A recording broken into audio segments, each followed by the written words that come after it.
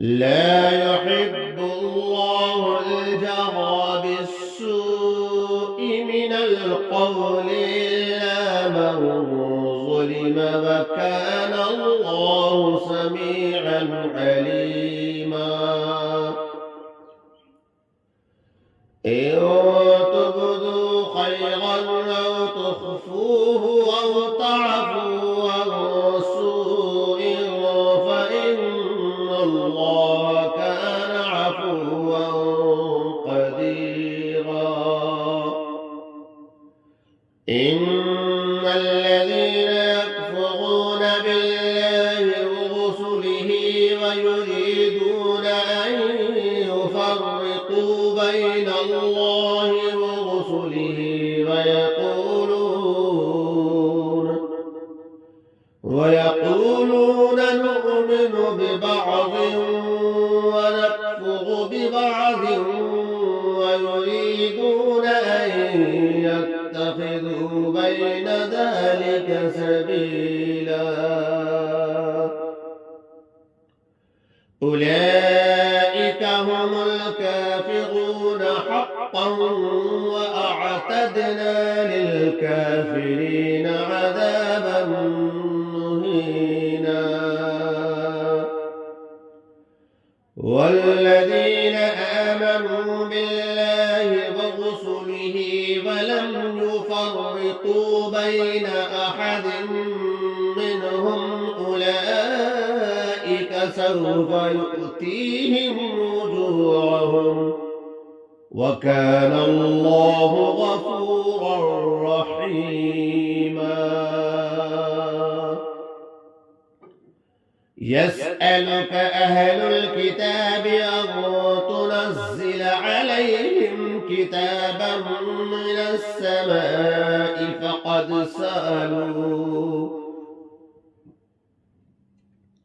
فقد سألوا موسى أكبر من ذلك فقالوا أرنا الله جهرة فأخذتهم الصاعقة بظلمهم ثم اتخذوا العجل من بعد ما جاءتهم البينات فعفونا عن ذلك وآتينا موسى سلطانا مبينا ورفعنا فوقهم الطور بميثاقهم وقلنا لهم ادخلوا الباب سجدا وقلنا لهم لا تعدوا في السبت وأخذنا منهم ميثاقا غليظا فبما نقضهم ميثاقهم وكفرهم بآيات الله وقتلهم الأنبياء بغير حق وقولهم قلوبنا غلف بل طبع الله عليها بكفرهم فلا يؤمنون إلا قليلا وبكفرهم وقولهم على مريم بهتانا عظيما وقولهم إنا قتلنا المسيح عيسى ابن مريم رسول الله وقولهم إنا قتلنا المسيح عيسى ابن مريم رسول الله وما قتلوه وما صلبوه ولكن شبه لهم وإن الذين اختلفوا فيه لفي شك منه ما لهم به من علم إلا اتباع الظن وما قتلوه يقينا بل رفعه الله إليه وكان الله عزيزا حكيما وإن من أهل الكتاب إلا ليؤمنن به قبل موته ويوم القيامة يكون عليهم شهيدا فبظلم من الذين هادوا حرمنا عليهم طيبات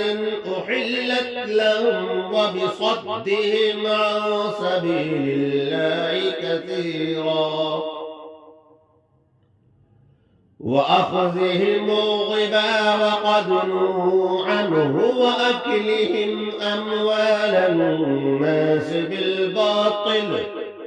وأعتدنا للكافرين منهم عذابا أليما لكن الراسخون في العلم منهم والمؤمنون يؤمنون بما أنزل إليك وما أنزل من قبلك والمقيمين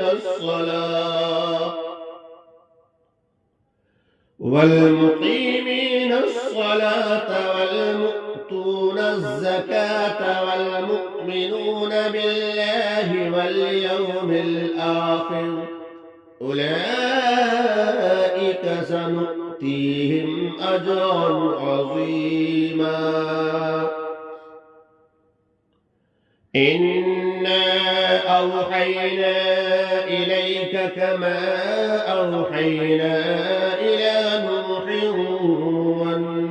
والنبيين من بعده وأوحينا إلى إبراهيم وإسماعيل وإسحاق ويعقوب والأسباط وعيسى وأيوب ويونس وهارون وسليمان وآتينا داود زبورا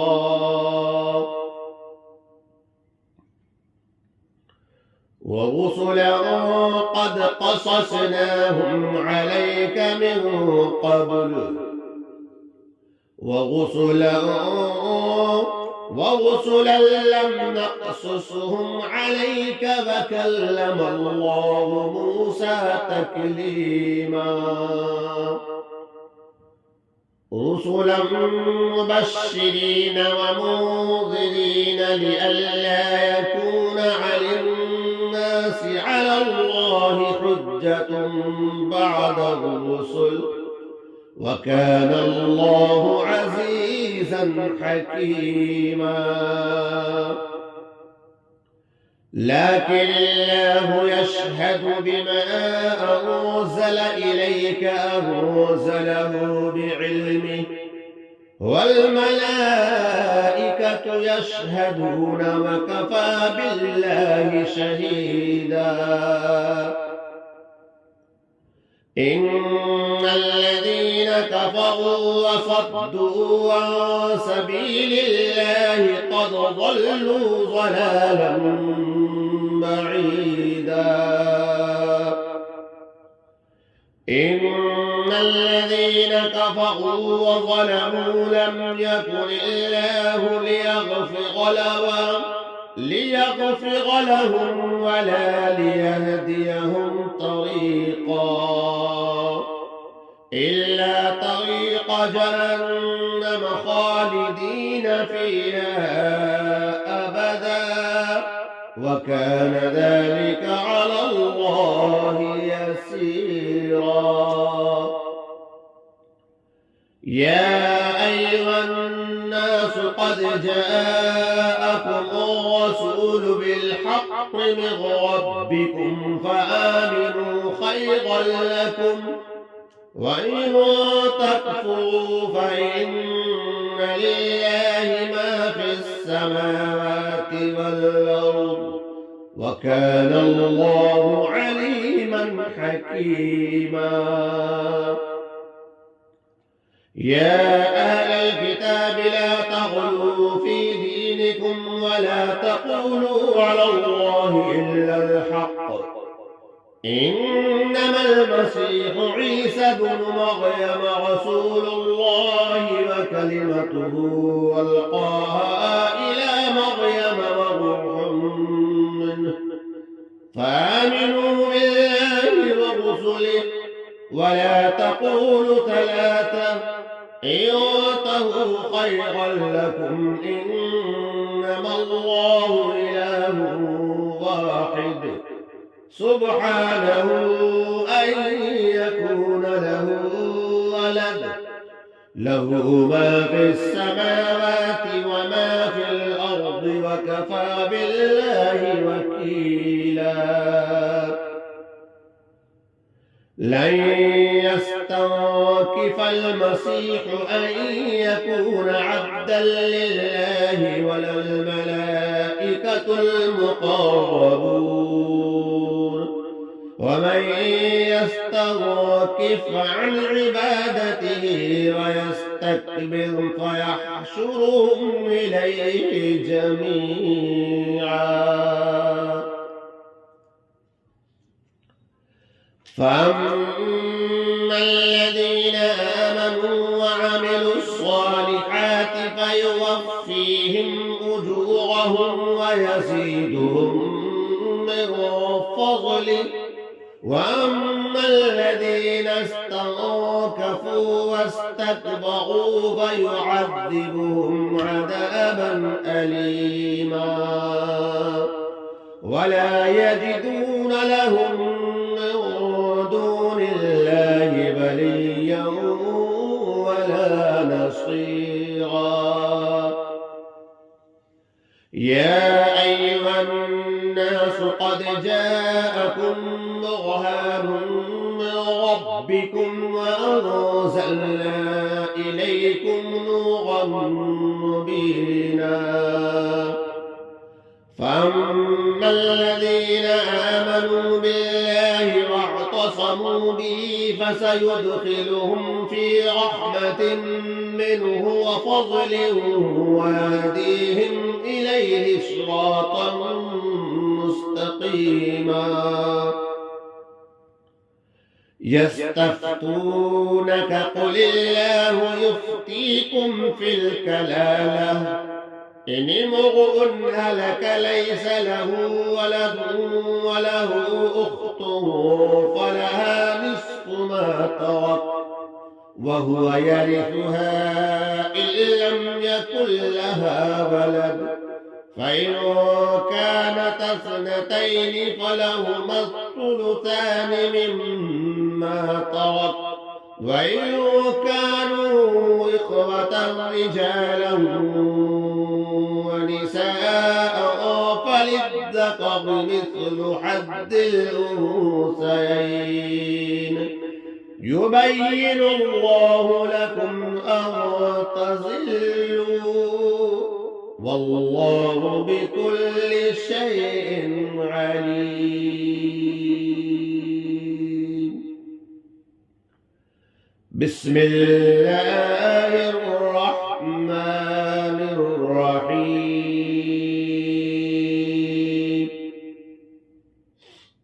يا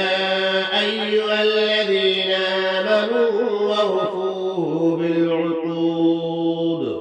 أحلت لكم بهيمة الأنعام إلا ما يطلى عليكم غير محل الصيد وأنتم حرم إن الله يحكم ما يريد يا أيها الذين آمنوا لا تحلوا شعائر الله ولا الشهر الحرام ولا الهدي ولا القلائد ولا آمين البيت الحرام يبتغون فضلا من ربهم ورضوانا وإذا حللتم فاصطادوا ولا يجرمنكم شنآن قوم أن صدوكم عن المسجد الحرام أن تعتدوا وتعاونوا على البر والتقوى ولا تعاونوا على الإثم والعدوان واتقوا الله إن الله شديد العقاب. حرمت عليكم الميتة والدم ولحم الخنزير وما أهل لغير الله به والمنخنقة والموقوذة والمتردية والنطيحة وما أكل السبع إلا ما ذكيتم وما ذبح على النصب وأن تستقسموا بالأزلام ذلكم فسق. اليوم يئس الذين كفروا من دينكم فلا تخشوهم واخشون. اليوم أكملت لكم دينكم وأتممت عليكم نعمتي ورضيت لكم الإسلام دينا فمن اضطر في مخمصة غير متجانف لإثم فإن الله غفور رحيم. يسألونك ماذا أحل لهم قل أحل لكم الطيبات وما علمتم من الجوارح مكلبين تعلمونهن مما علمكم الله فكلوا مما أمسكن عليكم واذكروا اسم الله عليه واتقوا الله إن الله سريع الحساب. اليوم أحل لكم الطيبات وطعام الذين أوتوا الكتاب حل لكم وطعامكم حل لهم والمحصنات من المؤمنات والمحصنات من الذين أوتوا الكتاب من قبلكم إذا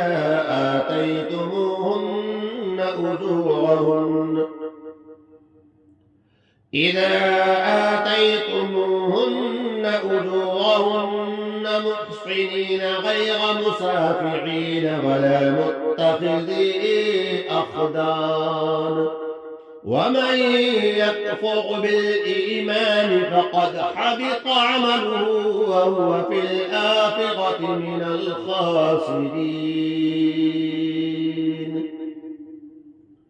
يا أيها الذين آمنوا إذا قمتم إلى الصلاة فاغسلوا وجوهكم وأيديكم إلى المرافق وامسحوا برؤوسكم وأرجلكم إلى الكعبين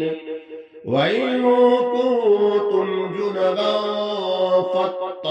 فاطهروا وإن كنتم مرضى أو على سفر أو جاء أحد منكم من الغائط أو لامستم النساء فلم تجدوا ماء فتيمموا صعيدا طيبا فامسحوا بوجوهكم وأيديكم منه ما يريد الله ليجعل عليكم من حرج ولكن يريد ليطهركم وليتم نعمته عليكم لعلكم تشكرون. واذكروا نعمة الله عليكم وميثاقه الذي باثقكم به إذ قلتم سمعنا وأطعنا واتقوا الله إن الله عليم بذات الصدور. يا أيها الذين آمنوا كونوا قوامين لله شهداء بالقسط ولا يجرمنكم شنآن قوم على ألا تعدلوا اعدلوا هو أقرب للتقوى واتقوا الله إن الله خبير بما تعملون. وعد الله الذين آمنوا وعملوا الصالحات لهم مغفرة وأجر عظيم والذين كفروا وكذبوا بآياتنا أولئك أصحاب الجحيم. يا أيها الذين آمنوا اذكروا نعمة الله عليكم إذ هم قوم أن يبسطوا إليكم أيديهم فكف أيديهم عنكم واتقوا الله وعلى الله فليتوكل المؤمنون. ولقد أخذ الله ميثاق بني إسرائيل وبعثنا منهم 12 نقيبا وقال الله إني معكم لئن أقمتم الصلاة وآتيتم الزكاة وآمنتم برسلي وعزرتموهم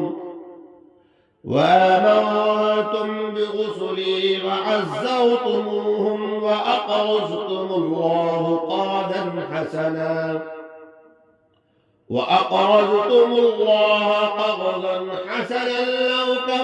لأكفرن عنكم سيئاتكم ولأدخلنكم جنات تجري من تحتها الأنهار فمن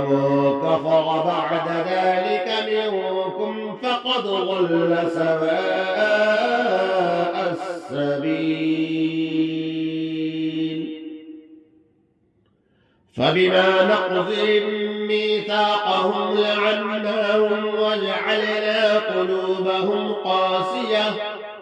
يحرفون الكلم عن مواضعه ونسوا حظا مما ذكروا به ولا تزال تطلع على خائنة منهم إلا قليلا منهم فاعف عنهم واصفح إن الله يحب المحسنين. ومن الذين قالوا إنا نصارى أخذنا ميثاقهم فنسوا حظا مما ذكروا به فأغرينا بينهم العداوة والبغضاء إلى يوم القيامة وسوف ينبئهم الله بما كانوا يصنعون.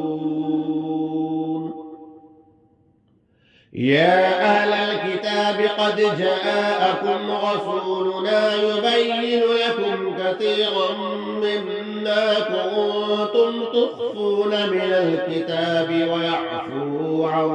كثير قد جاءكم من الله نور وكتاب مبين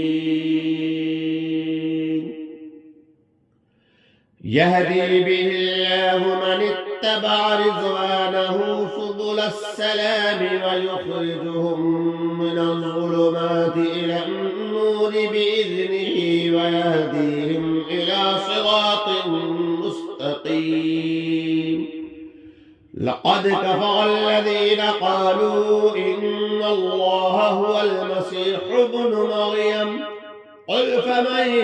يملك من الله شيئا إن أراد أن يهلك المسيح ابن مريم وأمه ومن في الأرض جميعا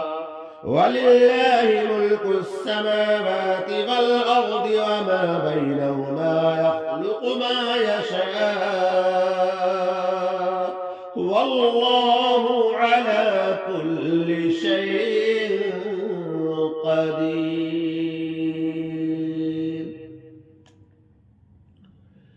وقالت اليهود والنصارى نحن أبناء الله وأحباؤه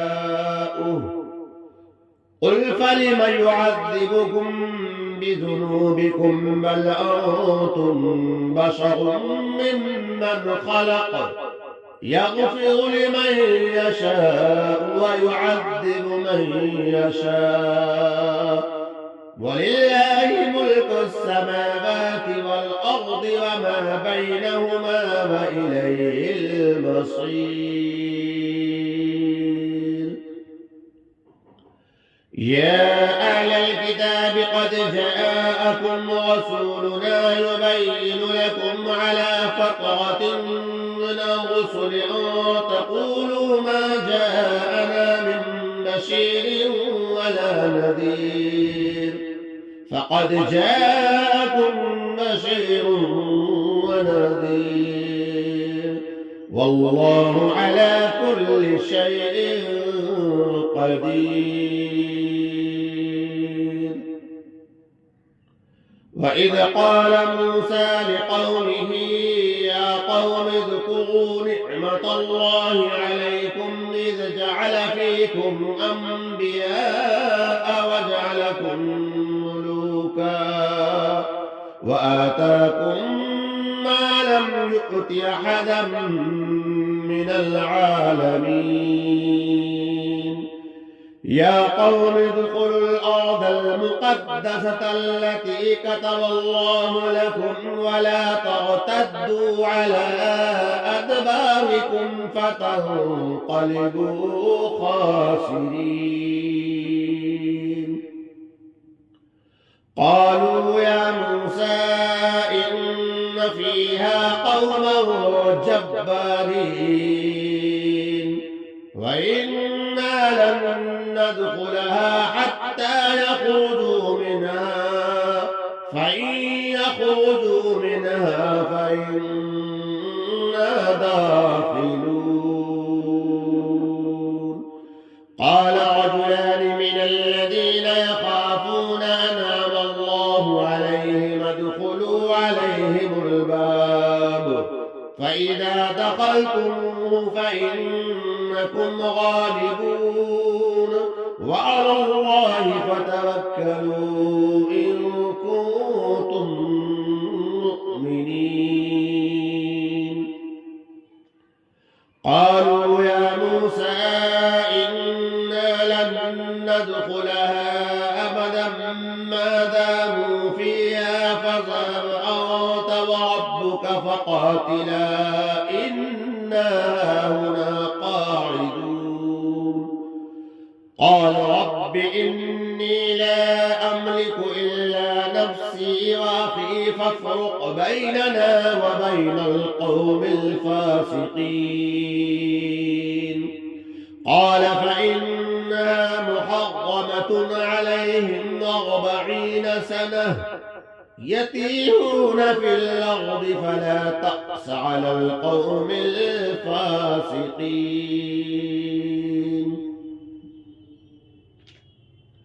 واتل عليهم نبأ ابني آدم بالحق إذ قربا قربانا فتقبل من أحدهما ولم يتقبل من الآخر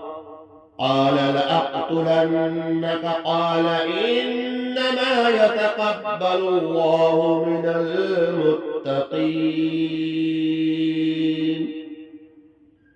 لئن بسطت إلي يدك لتقتلني ما أنا بباسط يدي إليك لأقتلك إني أخاف الله رب العالمين إني أريد أن تبوء بإثمي وإثمك فتكون من أصحاب النار وذلك جزاء الظالمين.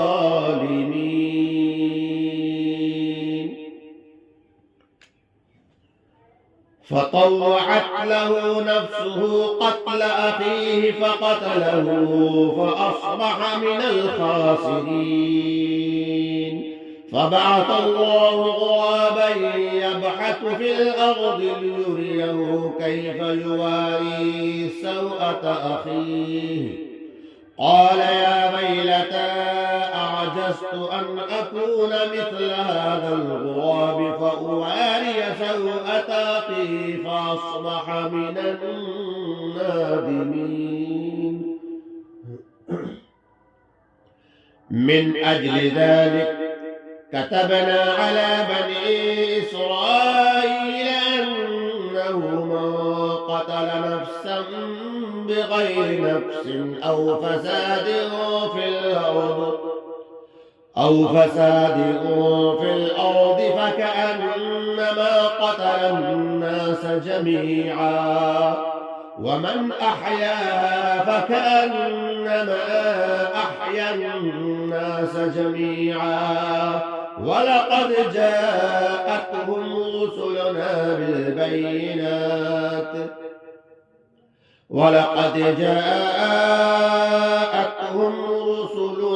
بالبينات ثم إن كثيرا منهم بعد ذلك في الأرض لمسرفون.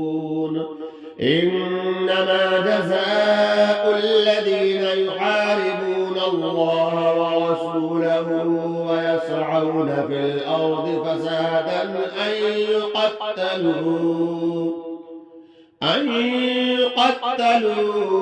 أو يصلبوا أو تقطع أيديهم وأرجلهم من خلاف أو ينفوا من الأرض ذلك لهم خزي في الدنيا ولهم في الآخرة عذاب عظيم. إلا الذين تابوا من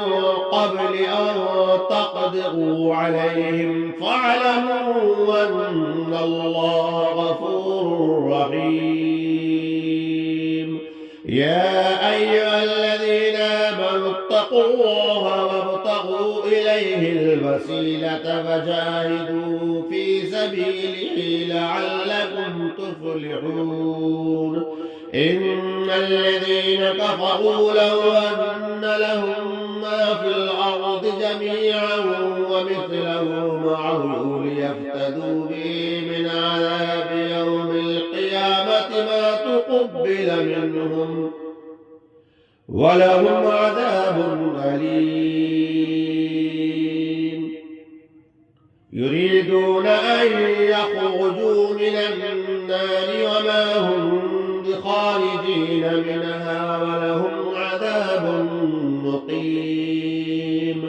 والسارق والسارقة فاقطعوا أيديهما جزاء بما كسبا نكالا من الله والله عزيز حكيم. فمن تاب من بعد ظلمه وأصلح فإن الله يتوب عليه إن الله غفور رحيم. ألم تعلم أن الله له ملك السماوات والأرض يعذب من يشاء ويغفر لمن يشاء والله على كل شيء قدير. يا أيها الرسول لا يحزنك الذين يسارعون في الكفر من الذين قالوا آمنا بأفواههم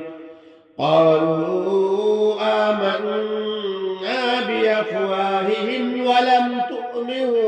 قلوبهم ومن الذين هادوا سماعون للكذب سماعون لقوم آخرين لم يأتوك يحرفون الكلم من بعد مواضعه يقولون إن أوتيتم هذا فخذوه وإن لم تؤتوه فاحذروا ومن يرد الله فتنته فلن تملك له من الله شيئا أولئك الذين لم يرد الله أن يطهر قلوبهم لهم في الدنيا خزي ولهم في الآخرة عذاب عظيم سماعون للكذب أكالون للسحت فإن جاءوك فاحكم بينهم أو أعرض عنهم وإن تعرض عنهم فلن يضروك شيئا وإن حكمت فاحكم بينهم بالقسط إن الله يحب المقسطين وكيف يحكمونك وعندهم التوراة فيها حكم الله ثم يتولون من بعد ذلك وما أولئك بالمؤمنين إنا أنزلنا التوراة فيها هدى ونور يحكم بها النبيون الذين أسلموا للذين هادوا والربانيون والأحبار بما استحفظوا من كتاب الله وكانوا عليه شهداء فلا تخشوا الناس واخشوني ولا تشتروا بآياتي ثمنا قليلا ومن لم يحكم بما أنزل الله فأولئك هم الكافرون وكتبنا عليهم فيها أن النفس بالنفس والعين بالعين والأنف بالأنف والأذن بالأذن والسن بالسن والجروح قصاص فمن تصدق به فهو كفارة له ومن لم يحكم بما أنزل الله فأولئك هم الظالمون وقفينا على آثارهم بعيسى ابن مريم مصدقا لما بين يديه من التوراة وآتيناه الإنجيل فيه هدى ونور ومصدقا لما بين يديه من التوراة وهدى وموعظة للمتقين وليحكم أهل الإنجيل بما أنزل الله فيه ومن لم يحكم بما أنزل الله فأولئك هم الفاسقون وأنزلنا إليك الكتاب بالحق مصدقا لما بين يديه من الكتاب ومهيمنا عليه فاحكم بينهم بما أنزل الله ولا تتبع أهواءهم عما جاءك من الحق لكل جعلنا منكم شرعة ومنهاجا ولو شاء الله لجعلكم أمة واحدة ولكن ليبلو فيما آتاكم فاستبقوا الخيرات إلى الله مرجعكم جميعا فينبئكم بما كنتم فيه تختلفون وأنحكم بينهم بما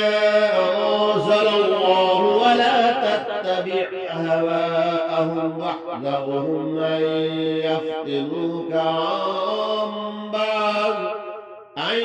يفتنوك عن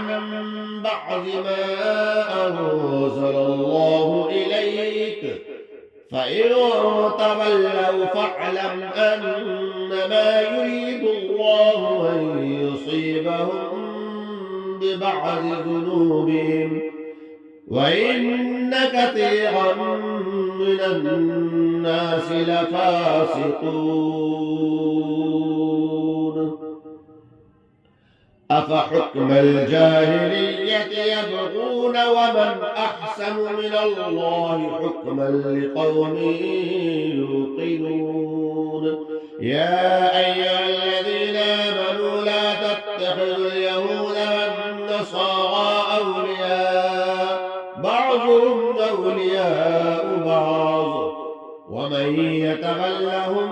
منكم فإنه منهم إن الله لا يهدي القوم الظالمين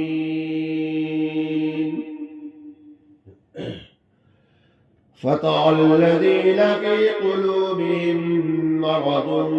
يسارعون فيهم يقولون نخشى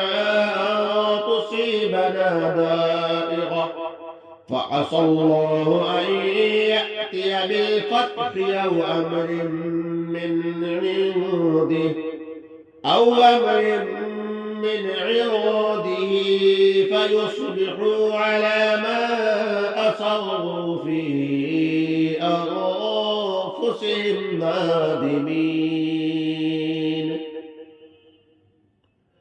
ويقول الذين آمنوا أهؤلاء الذين أقسموا بالله جهد أيمانهم إنهم لمعكم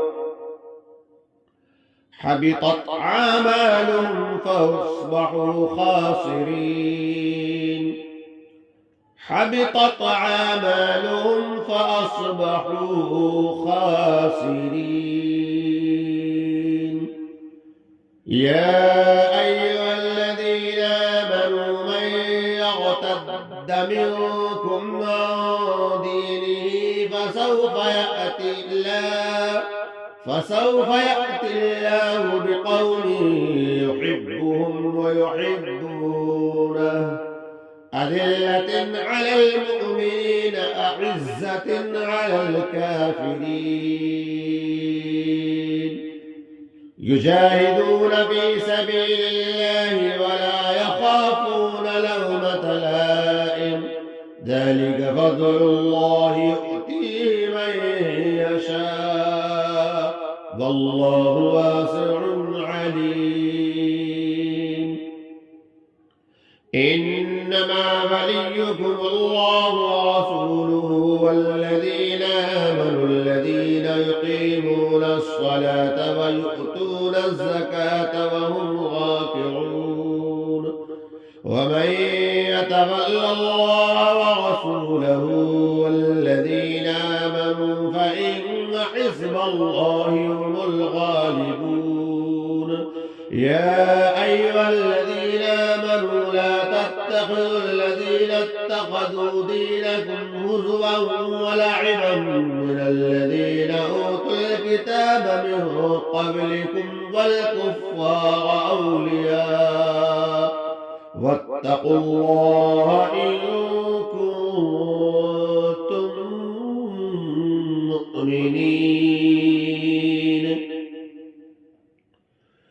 وإذا ناديتم إلى الصلاة اتخذوها هزوا ولعبا ذلك بأنهم قوم لا يعقلون.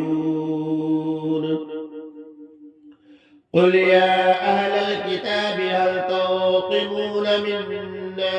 إلا أن آمنا بالله وما أنزل إلينا وما أنزل من قبل وأن أكثركم فاسقون. قل هل أنبئكم بشر من ذلك مثوبة عند الله من لعنه الله وغضب عليه وجعل منهم القردة والخنازير وعبد الطاغوت أولئك شر مكانا وأضل عن سواء السبيل.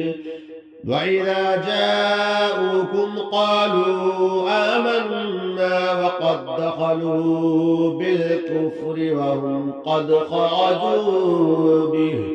والله أعلم بما كانوا يكتمون.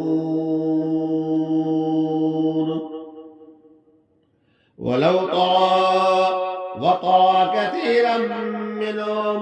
وترى كثيرا منهم يسارعون في الإثم والعدوان وأكلهم السحت لبئس ما كانوا يعملون. لولا ينهاهم الربانيون والأحبار عن قولهم الإثم وأكلهم السحت لبئس ما كانوا يصنعون. وقالت اليهود يد الله مغلولة غلت أيديهم ولعنوا بما قالوا بل يداه مبسوطتان ينفق كيف يشاء وليزيدن كثيرا منهم ما أنزل إليك من ربك طغيانا وكفرا وألقينا بينهم العداوة والبغضاء إلى يوم القيامة كلما أوقدوا نارا للحرب أطفأها الله ويسعون في الأرض فسادا والله لا يحب المفسدين. ولو أن أهل الكتاب آمنوا واتقوا لكفرنا عنهم سيئاتهم ولأدخلناهم جنات النعيم. ولو أنهم أقاموا التوراة والإنجيل وما أنزل إليهم من ربهم لأكلوا من فوقهم ومن تحت أرجلهم منهم أمة مقتصدة وكثير منهم ساء ما يعملون. يا أيها الرسول بلغ ما أنزل إليك من ربك وإن لم تفعل فما بلغت رسالته والله يعصمك من الناس إن الله لا يهدي القوم الكافرين. قل يا أهل الكتاب لستم على شيء حتى تقيموا التوراة والإنجيل وما أنزل إليكم من ربكم وليزيدن كثيرا منهم ما أنزل إليك من ربك طغيانا وكفرا فلا تأس على القوم الكافرين. إن الذين آمنوا والذين هادوا والصابرون والنصارى والصابرون والنصارى من آمن بالله واليوم الآخر وعمل صالحا فلا خوف عليهم ولا هم يحزنون لقد أخذنا ميثاق بني إسرائيل وأرسلنا إليهم رسلا لقد أخذنا ميثاق بني إسرائيل وأرسلنا إليهم رسلا كلما جاءهم رسول بما لا تهوى أنفسهم فريقا كذبوا وفريقا يقتلون وحسبوا ألا تكون فتنة فعموا وصموا ثم تاب الله عليهم ثم عفوا وصموا ثم عموا وصموا كثير منهم والله بصير بما يعملون لقد كفر الذين قالوا إن الله هو المسيح ابن مريم وقال المسيح يا بني إسرائيل اعبدوا الله ربي وربكم إنه من يشرك بالله فقد حرم الله عليه الجنة ومأواه النار وما للظالمين من أنصار لقد كفر الذين قالوا إن الله ثالث ثلاثة وما من إله إلا الله وما من إله إلا إله واحد وإن لم ينتهوا عما يقولون ليمسن الذين كفروا منهم عذاب أليم أفلا يتوبون إلى الله ويستغفرونه والله غفور رحيم ما المسيح ابن مريم إلا رسول قد خلت من قبله الرسل وأمه صديقة كانا يأكلان الطعام انظر كيف نبين لهم الآيات ثم انظر أنا يؤفكون قل أتعبدون من دون الله ما لا يملك لكم ضرا ولا نفعا والله هو السميع العليم قل يا أهل الكتاب لا تغلوا في دينكم غير الحق ولا تتبعوا أهواء قوم قد ضلوا من قبل وأضلوا كثيرا وضلوا عن سواء السبيل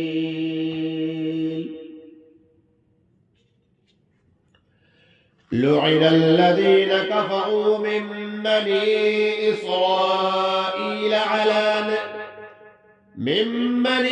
إسرائيل على لسان داود وعيسى بن مريم ذلك بما عصوا وكانوا يعتدون كانوا لا يتناهون عن منكر فعلوه لبئس ما كانوا يفعلون طغى كثيرا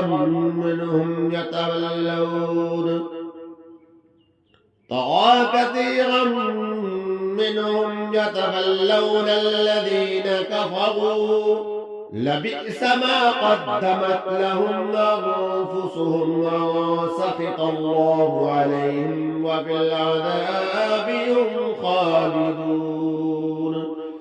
ولو كانوا يؤمنون بالله والنبي النبي وما أنزل إليهم اتخذتموهم